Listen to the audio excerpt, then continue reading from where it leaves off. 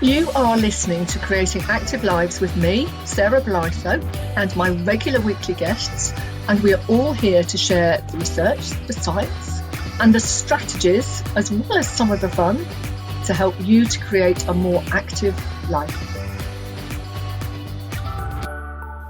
Hello and welcome to this episode of Creating Active Lives with me, Sarah Blytho, and my guest this week, Lucy Woods, who is going to talk to us all about mindfulness.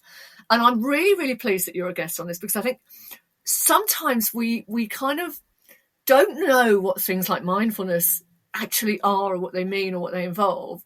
And people don't often want to ask because they're afraid of looking foolish or like lacking in knowledge. So Lucy is actually a mindfulness teacher with a passion for helping individuals transform their lives through the practice of mindfulness. She's actually got a master's in teaching mindfulness from Bangor University Centre of Mindfulness Research and Practice, and she's been teaching full-time for over 5 years. She also has a podcast, which we'll talk a little bit more about towards the end, but her podcast is called It's Not That Deep, and she has very thought-provoking conversations with a psychotherapist and kind of exploring the challenges of being human, particularly in these times, and supporting mental health and well-being. So, Lucy, tell us a little bit more about yourself. Yeah, so it's funny, isn't it? Because mindfulness is one of those things, like you said, is the word has been taken, it's been diluted, it's been stolen to mean lots of other different things. And we see it tagged on a lot of stuff like mindful chef and, mindful bites and things that aren't what I would call mindfulness with a big M. It's being mindful, maybe being intentional about stuff. But when we're talking about mindfulness as a practice, we're talking about it as a way of cultivating kind of more awareness of how things are. And I'll talk about that in a minute. But you asked me about me. I found it because in my life, I had worked in corporate for 20 odd years, and I was a single mom, and I'd had things go wrong. I'm doing that in inverted commas. People can't see that. We feel like this is how my life's supposed to be. And then something happens that completely changes that trajectory. And I had done all sorts of things to try and fix what I perceived to be wrong with me, with my life, and had talking therapies. I'd tried meds. I'd tried other stuff, and nothing quite scratched the itch of this feeling that I wasn't okay. And that's because I had done quite a lot of work to know exactly why I was like I was. But I found myself very anxious all the time. And I got it confused with depression because anxiety is exhausting and then you feel low. But I look back and I'd had that since I was probably teenage years. So I heard about mindfulness and then started reading everything that I could. And I eventually went on a course. And that was most helpful because the apps and stuff are brilliant, but they're good when you really know what you're doing. The difficulty is they're more about the what and not necessarily the why and the how.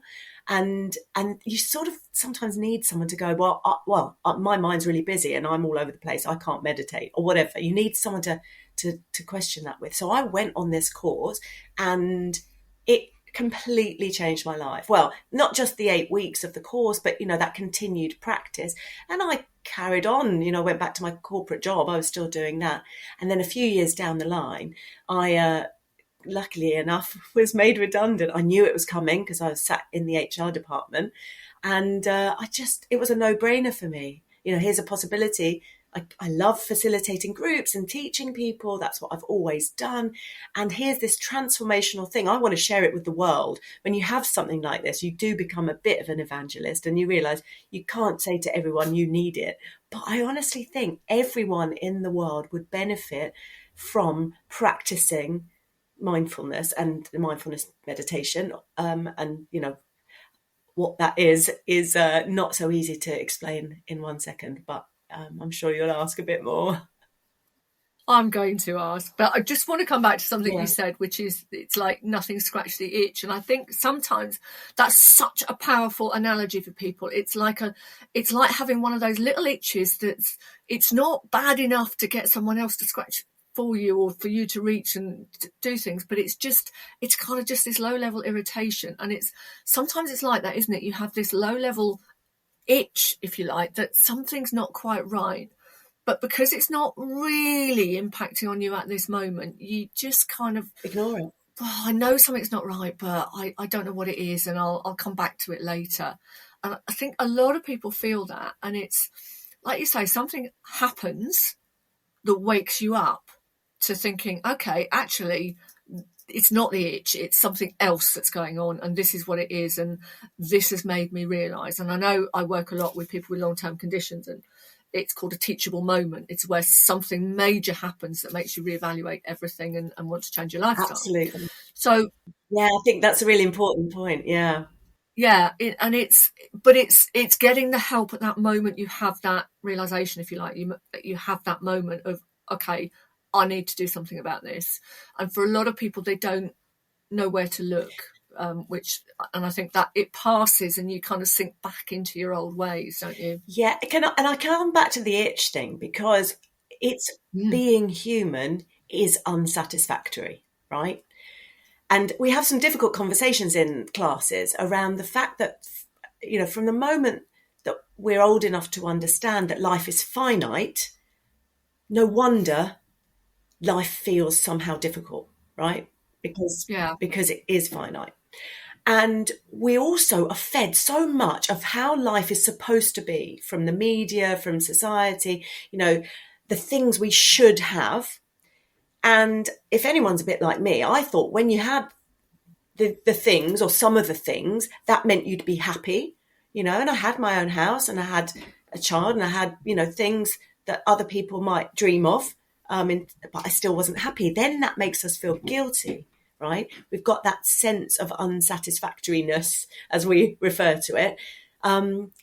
But we feel guilty because it's not bad enough, like you say. But actually, that's part of the human condition to think it's supposed to be a certain way. So we're always striving to change what we perceive to be right or wrong. And then we end up just feeling guilty because other people have got it much worse than us. And we're moaning, or we're feeling moany internally, even if we don't vocalize it.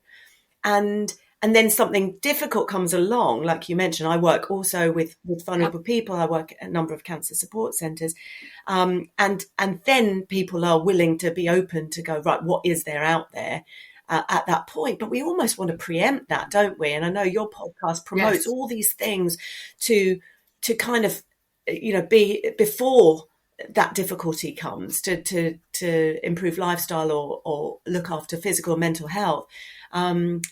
But we don't always know where to look, as you said. We don't always know what's out there. And with mindfulness and meditation, people do have this perception that perhaps it's a bit woo-woo and a bit odd, and maybe it's stuff that would make them feel uncomfortable, like chanting or whatever it might be. And mindfulness has been created in a way that's very secular. So it's suitable for anyone. If you have faith, if you don't have faith, if you're spiritual, if you're not spiritual, it's taught from the very scientific point of view because it's got a raft of research that shows how effective it can be. So anyone kind of worrying that, meditation, not for me, knowing that, it can be taught in a way that is exactly around the science and research of how the brain works, the neuroscience, and the meditation, although taken from these contemplative traditions like Buddhism and Eastern traditions, it now stands up in an fMRI scanner when you stick your brain in it. So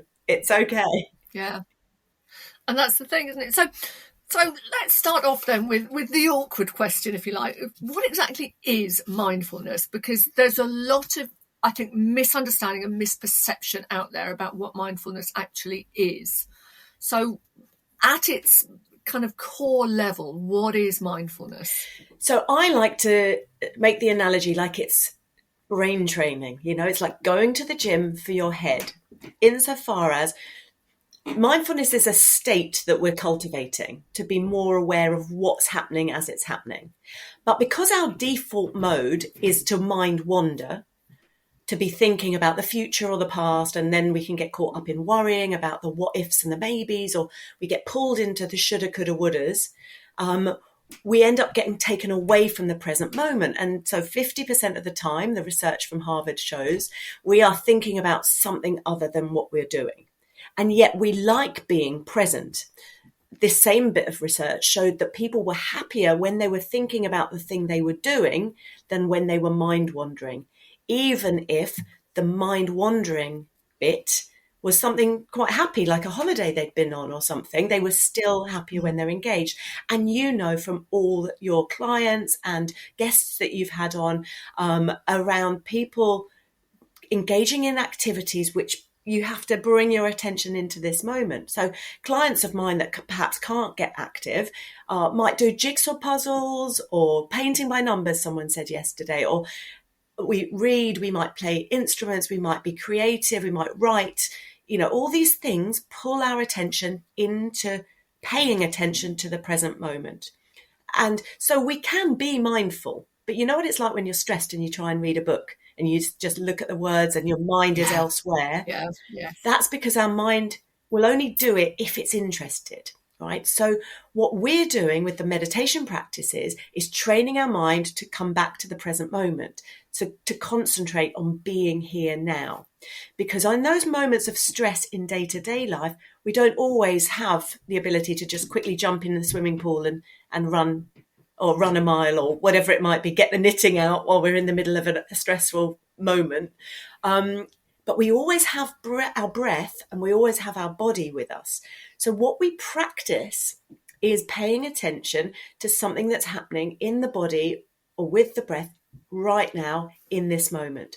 And we do that and we develop practices. If you were to do a course, for example, you'd kind of develop other aspects of experience in that practice. But we start simply with breath and body because we can keep coming back. And people often think, in order to meditate, I need to clear my mind.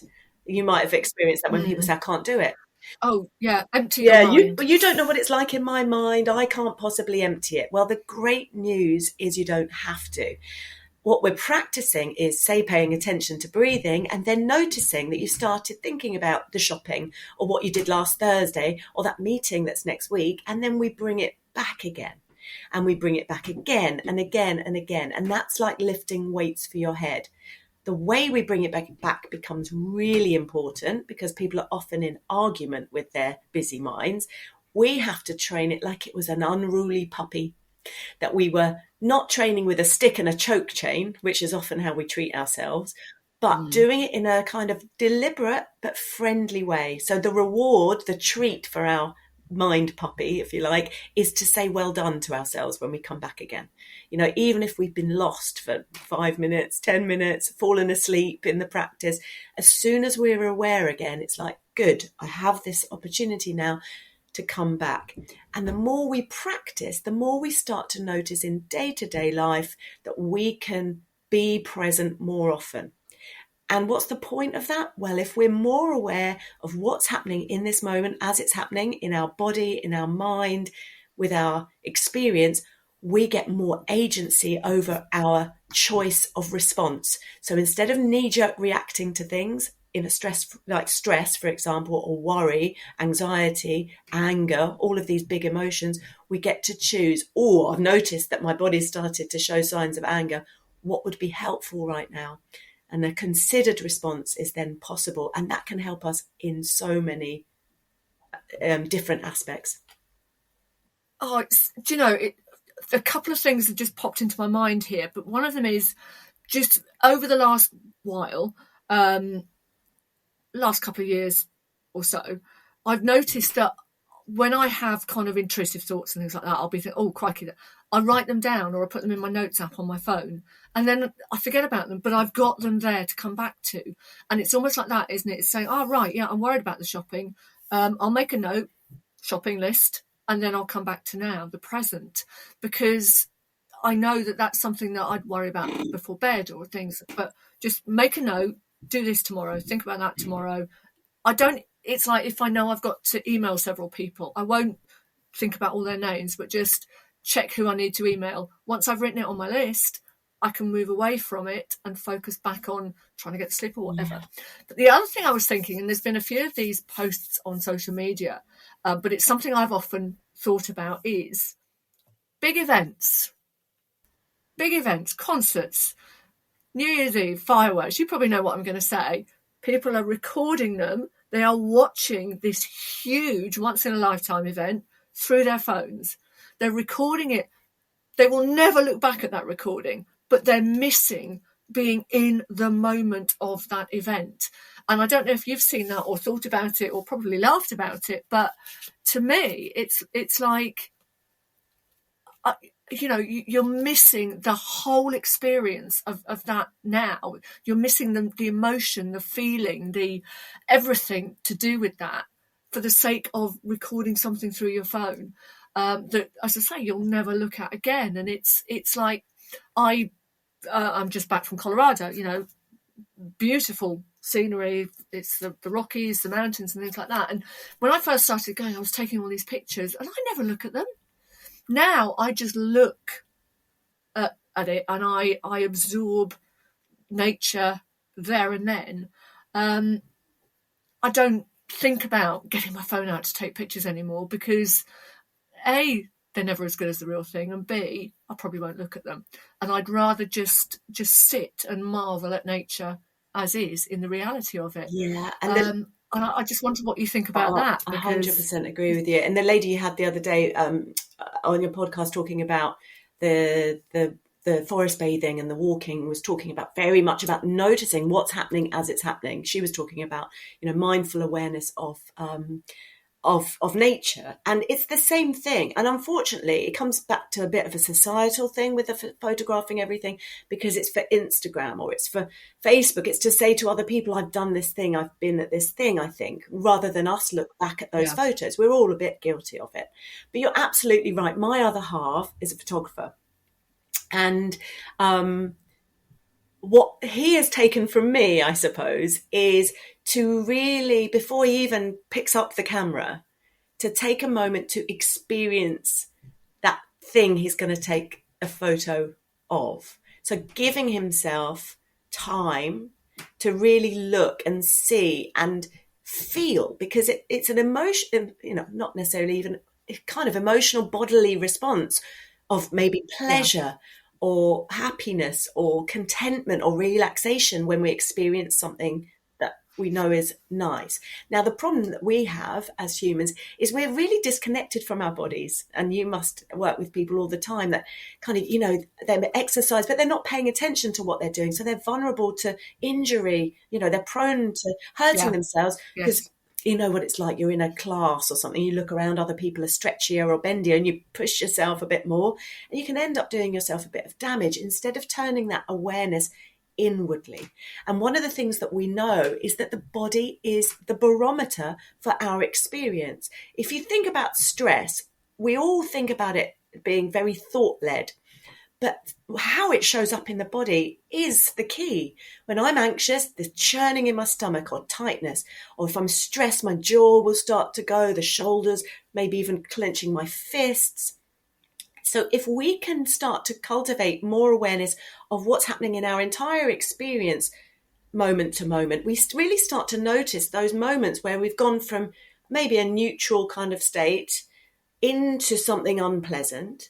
So that we can respond wisely, or into a pleasant state so we can respond again adequately, to really think, right, gosh, this is gorgeous, this sunset that's happening, instead of thinking about, oh, so-and-so would like it, or it reminds me of the sunset I saw in Thailand in 2017, just seeing it, feeling it, experiencing your surroundings and being present for it.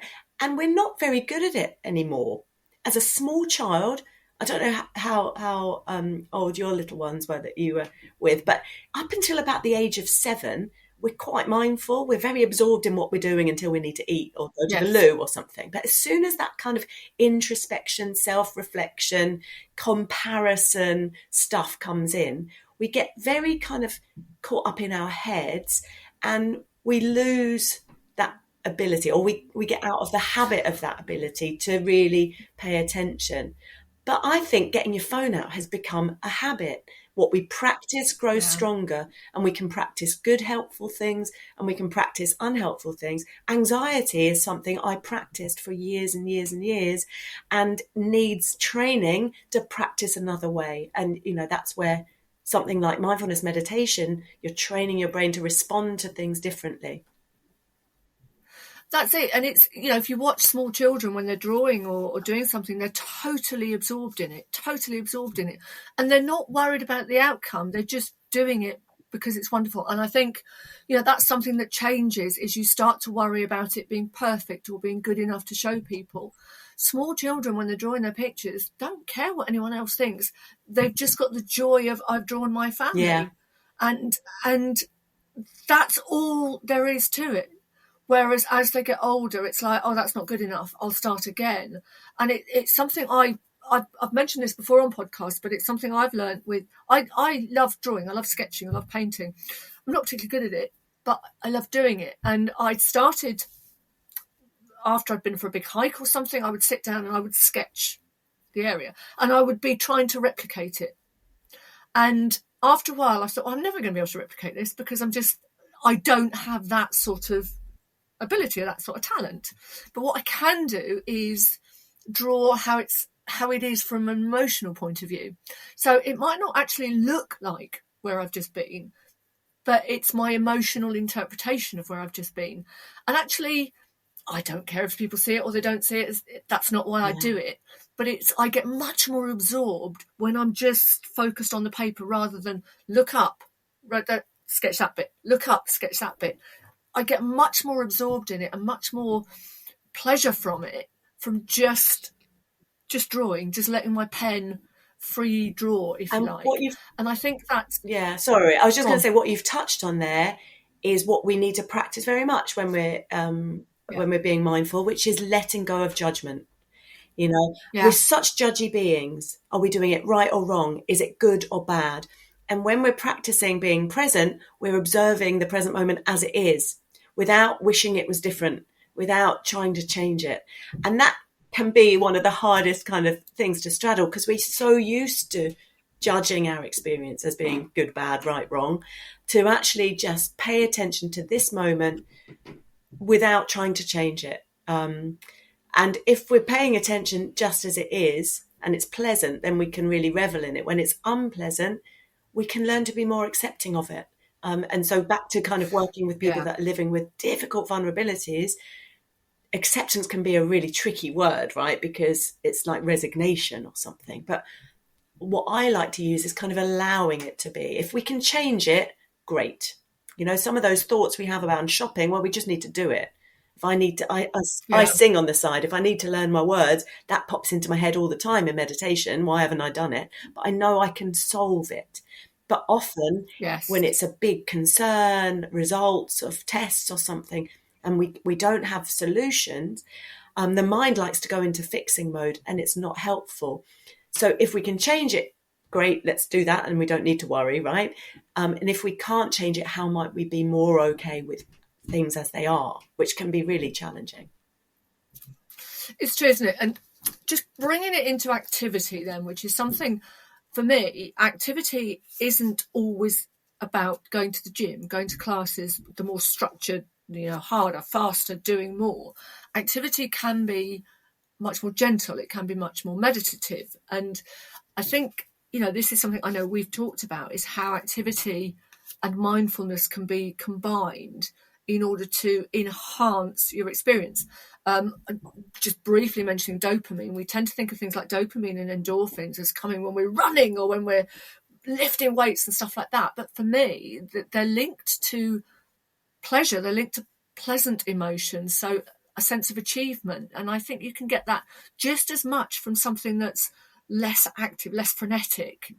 But we've forgotten, like we said about, just watching the sunset. That can be a huge dopamine producer because it's pleasure, but we tend to think we've got to be doing something really active and really energetic in order to get that feeling. But it's not the case, is No, it? it's not. And actually, again, I'm going to go back to it's kind of a habit, this doing, this constantly on the go-ness.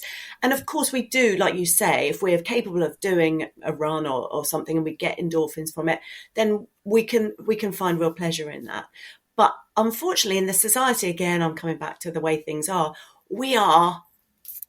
it's almost like a badge of honor to never stop, isn't it? You say to people, how Yeah. are you? Oh, I'm Yeah. busy. Like it's something good. And we feel guilty about stopping and resting. And in fact, we've forgotten how. We think it's boring, or we think we should be doing something else. And then that becomes a real shock when somebody's unable to do what they used to do, whether it's, going forward or for a temporary amount of time. So this ability to be able to cultivate pleasure in stillness and comes with being able to be comfortable in the non-doing. But it is a kind of, I say it's non-doing, but you're still doing something with your mind, right? You're paying attention. Because our default mode is to mind wander, that's why we can get bored. If in order to be present, we've got to give the mind something to get interested in.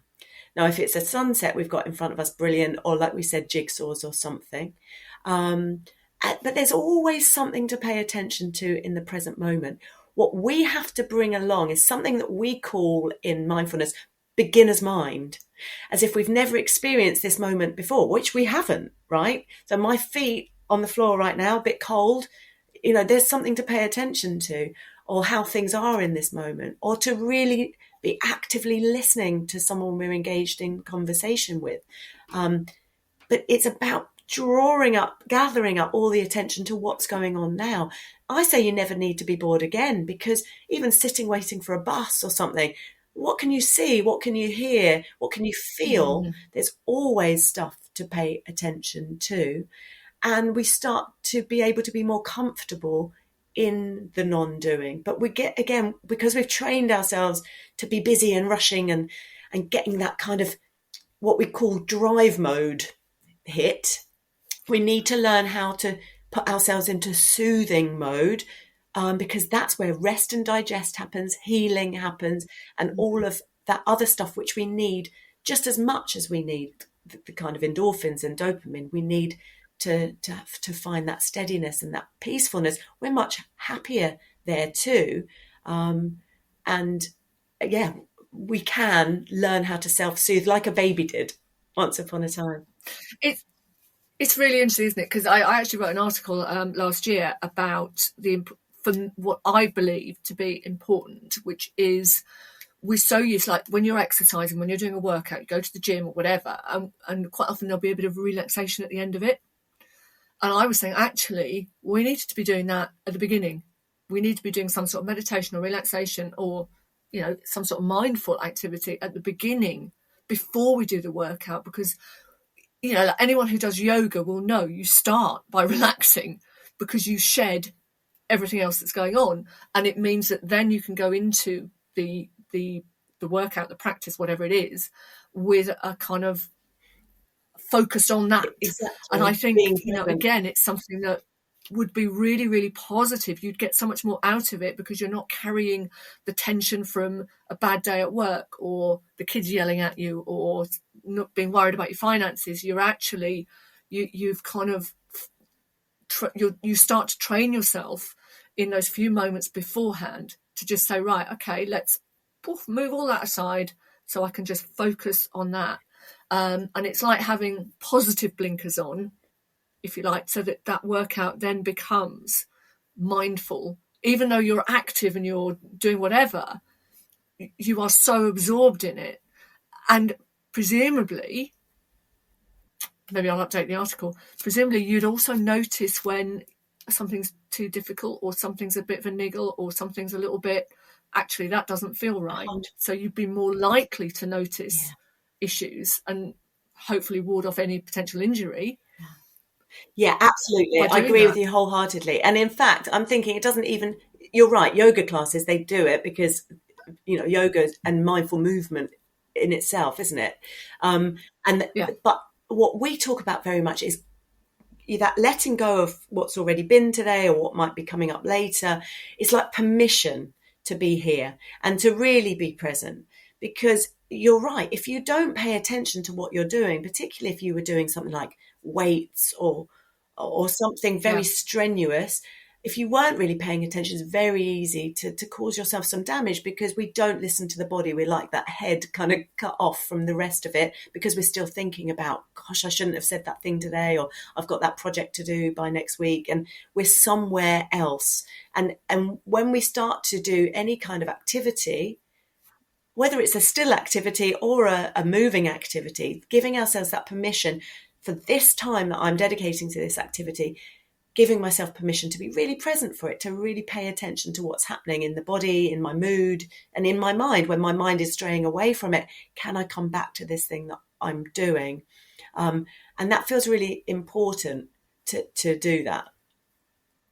I think it's interesting, actually, because it is something that I tend to do, is I will spend a few moments just kind of shedding the day, just bringing myself into where I am, doing almost like a body scan, just to, how's my body feeling? Have I got any aches? Anything going on or anything like that? And I think it's definitely something that would be a really useful practice for people. It won't necessarily take a lot of time, but even just 5 minutes could mean that your workout is going to be so much more productive, so much more beneficial.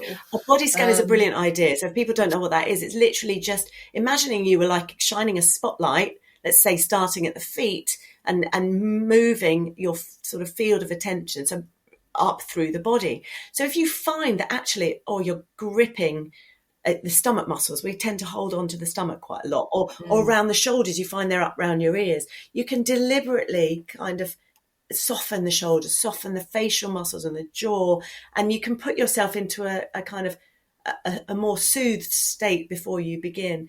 But people that work in offices or anything, it's a brilliant idea to do that throughout the day, because often we're hunched or tense, or we've had our bodies in difficult positions, and just a stretch and opening out, a kind of some kind of movement with attention.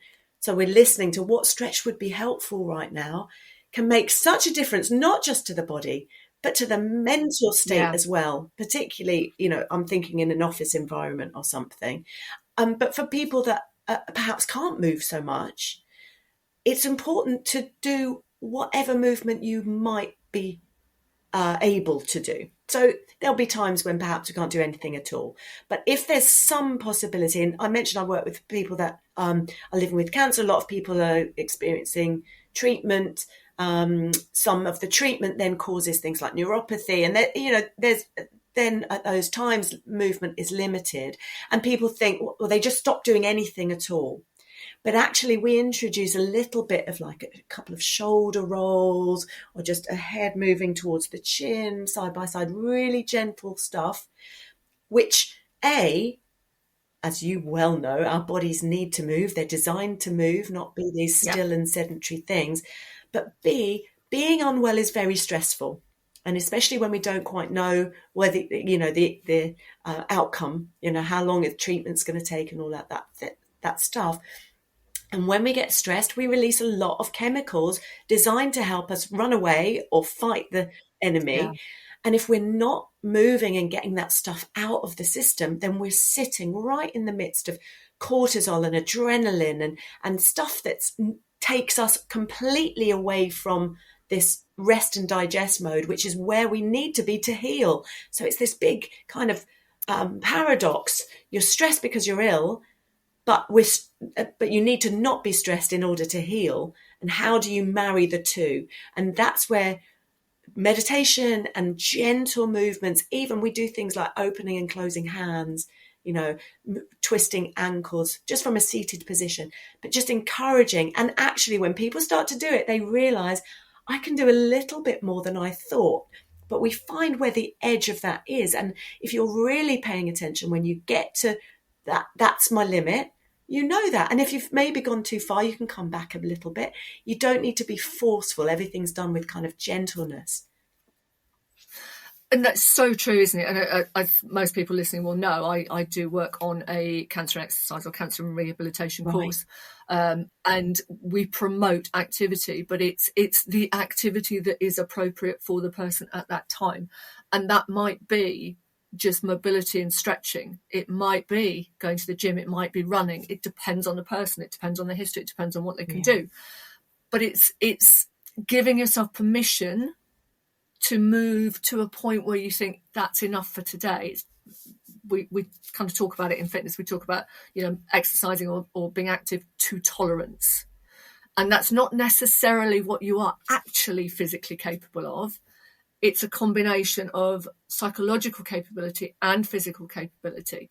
And it's important to recognize the two, because I think generally most people could do more than they do, especially in the early stages, but it's building the confidence that it's going to be okay. But do you think this is where that sort of mindfulness is so important at the start? Is it's almost bringing yourself into the present, saying, I am going to move as far as I feel comfortable today, so that you're focused on, am I still comfortable? Am I still within what feels okay to me? So it's, rather than pushing yourself to what other people might be doing or what you think you should be doing, you're staying within your comfort zone, because you're more likely to progress if you're doing it in a way that's comfortable and that feels safe, rather than trying to push yourself to meet someone else's expectations. And I think that's where mindfulness, again, coming back to the activity side of it, having that those few moments, those few minutes before a session, is setting your boundary, setting your permission, and saying, I don't have to push myself today because I'm not in the mental state to push myself.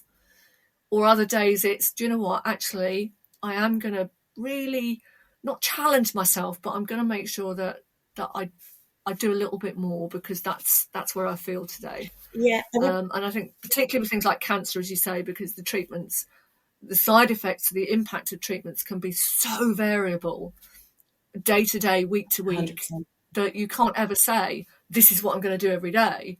You've got to take it on a day. So again, it's that mindfulness of sitting down before and saying, okay, where am I right now? Exactly. We talk very much about, when you're practicing, whether it's a movement or whether it's a still meditation, whatever it is, can we meet ourselves just as we are, without, wishing we were different in some way? And so we're back very much from what you're saying to this letting go of judgment of how it should be, what I ought to be doing, feeling that what we've done isn't good enough, but also being brave enough to not, or to see if there's more, and if there's not, to come back, to work at that edge. And you mentioned that it's psychological and physical, and 100% we would say the same. When the tools to work with mindful movement are exactly the same as if we were working with difficult emotions. Sometimes you move to perhaps explore the sadness that you're feeling or the anger that you're feeling, and you can't go there today. It just would be too much. And that's okay. That's the edge of where you are. We do have this kind of window of tolerance, is what is talked about. And whilst when we're stressed, that becomes quite small, and we do want to gently push at the edges. We don't want to ever be forceful, and that kind of honesty, by really paying attention to how things are for us, does enable us to notice when we can go that little bit further, or when today is not the day. But it's very much about going gently, but giving it a go. And I think you'd probably subscribe to the same thing, right? Oh, totally. I suppose it's a bit like blowing up a balloon, isn't it? If you do it too forcefully and too fast, it will burst. But if you do it gradually, you can sort of say, right, how does that feel? Can I get a bit more in? Actually, no. I don't know about you. I do get a bit nervous about blowing up balloons, because I've had a few pop. But it is that. It's kind of like, could I put a bit more air in, or am I? No, I'm okay with the size this is right now. So it's giving yourself permission to say, that's enough today. Do you know what? I can probably do more. But this is where mindfulness comes in, isn't it? It's because you are aware of exactly what feels right today. And you're not thinking, but last week or the week before I could do more. You're thinking, this feels good today. And I think this is where, with fitness, with exercise, with activity, we tend to have a very kind of linear approach to what people are doing. It's like you're starting here, so you must do more, you must do more, you must do more. And we know that really, in order to improve, you do need to be progressing. You do need to be working. There needs to be a little bit of overload. But also for a lot of people, it's recognizing that the overload one day may just be just doing nothing. That's more than enough. Whereas other days it could be going for a long walk. And again, I think this is where mindfulness can help you kind of rethink the way you set goals and targets. So instead of saying, I'm here now, I want to be there then, it's I'm here now. Yeah, every single time. Yeah. Yeah. Today, I am not in the mood for going for a walk, but I am going to do some gentle mobility and stretching at the time that I would normally go for a walk. Or it might be that you sort of say to yourself, actually, today I can do a lot more. I'm not going to push myself, but I'm just going to take it as it is. And I think people will probably end up doing more and improving their activity and their fitness levels by listening to their body and doing it a day at a time, rather than having very set, rigid targets they have to meet, that if they don't meet them, oh God, I failed, I can't do it. Because if you're using the sort of whole mindfulness approach, you're just working for, this is where I am today. And like I say, you'll probably end up getting where you want to go, but in a much more gentle and appropriate way than trying to push yourself on days where it's not going to happen. Yeah, I love that word, kind of what's appropriate right now. I think that feels important. And there's a sense of kind of gentle discipline with ourselves. So it's not just I'm being kind to myself, so I let myself off the hook. We need to move, and sometimes we don't feel like it. And that's when this kind of, it's almost like a gentle discipline as a gift to ourselves is someone said the highest form of self-care, to have that sense of it's what my body needs. And if we were really listening, and when we recognize that we've done a bit of stretching and the body is almost saying, oh, thank you, especially if we haven't moved for ages, remembering how good the body will feel, how much we as humans need it to be a sort of motivator, but then working within those parameters of what's okay for us. Yeah, that feels important. And that's it, isn't it? It might be that you sort of say, well, I had planned to go for a long walk today, but actually a short walk's what I've got in mind. You might end up just by going at your own pace. You may well further than you thought you would, but it's giving yourself permission to say, do you know what? I need to pull back a little bit today because my body's feeling this. Or it might be that you do, like I say, mobility, you stretch, and then your body goes, actually, I'd like a bit more, thank you. But in order to hear that, you need to be focused on that moment, don't you? And it's so important. Lucy, I'm aware of time, and this has just been so interesting, and I know that. Well, I would like to say, I'd love you to come back in a few weeks and just talk a little bit more about this, maybe something a little bit more specific that we could do with people. So ways that they could actually apply this at the beginning and end of a workout, or how people working with long-term conditions or major health diagnoses could apply it to help with things. So I would love to invite you back on in a couple of weeks to talk about this. But in the meantime, thank you so much for doing this. As I say, I could talk for ages about this, but I'm just aware of time. How can people find you? I will put all the links in the information, but just tell us a little bit about how people can find you. Yeah, so I have a website, which will be in one of the links, presenceofmind.life. And my contact details are all on there. I run courses and retreats, and they're public ones, as well as the work that I do, like I said, with different support centres. I have a podcast, and that's quite an easy way to kind of access some of the stuff that we talked about being human. We discuss things like, why do we get stressed? Why do we procrastinate? Why, I can't think. We did one, why do we feel life's gone wrong, the other day? And I do that, like you said, with a psychotherapist, and we try and give people some tips and advice, and fundamentally make us realise we're all in the same boat a little bit with the podcast. That's quite an easy way to kind of understand a little bit more about what we do. But I have a drop-in meditation group. If anyone wants to give it a go, I don't know if I could give you a code that people could come and try it out. I'd be more than happy for people to come along. That would be brilliant, because I think a lot of people worry about what mindfulness actually involves, and they think, they're a bit nervous that they won't be able to do it. So being able to try it in a safe environment would be really, really helpful. Yeah, I think it's really important because it is one of those what on earth is it kind of things. And as you know from our conversation, it's not that easy to do in a short period of time. So yeah, I'd be more than happy to do that. If people want to come and give it a try, then that would be fantastic. Thank you. And just to remind everybody, the podcast, Lucy's podcast, is called "It's Not That Deep." My son's saying to me when he's got all his bowls or something in his room, like, "Mom, it's not that deep." It's the things that are a big deal and the things that we stress about that just really aren't. Yeah. And do you know, it's funny, isn't it? And I know we're running out of time here, really, but sometimes we stress about the smaller things because actually it's easier than worrying about the big stuff. And it just occupies our mind so that we can push the bigger stuff away. So, I mean, maybe that's something we can talk about next time, but I definitely want you to come back on because, as I say, this is something we could just keep talking about. And I think it is such an important part of an active life is actually being able to be still because I think it helps us be more active generally. Lucy Woods, thank you so much for coming in.